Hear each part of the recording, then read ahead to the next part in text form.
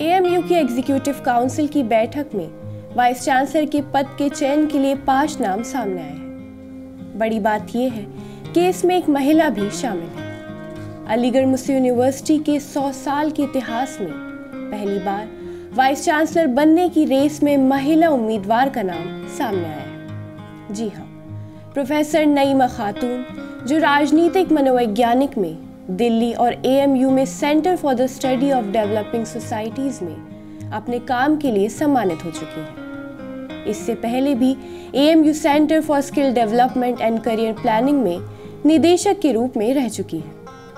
VC की भूमिका के लिए नईमा की उम्मीदवारी उनके विशाल अनुभव और महिला शिक्षा क्षेत्र में महत्वपूर्ण भूमिकाओं के बारे में बताती है। नईमा खातून उड़ीसा के सुदूर मुस्लिम समुदाय से आती हैं।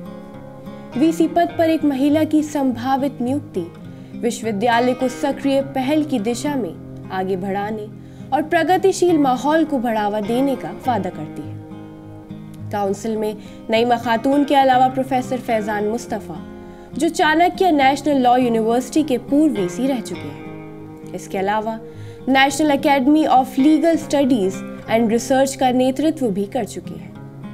इसके अलावा प्रोफेसर क़य्यूम हुसैन का नाम भी सामने आया है, जो क्लस्टर यूनिवर्सिटी ऑफ श्रीनगर के वीसी हैं। प्रोफेसर क़य्यूम हुसैन का ट्रैक रिकॉर्ड अच्छा रहा है। वो जम्मू एंड कश्मीर के जेएन मेडिकल कॉलेज में मेडिसिन संकाय के पद पर भी रह चुके हैं। इस लिस्ट में प्रोफेसर फुरकान कमर और प्रोफेसर एमयू रब्बानी को भी वीसी उम्मीदवारों की लिस्ट में रखा गया है।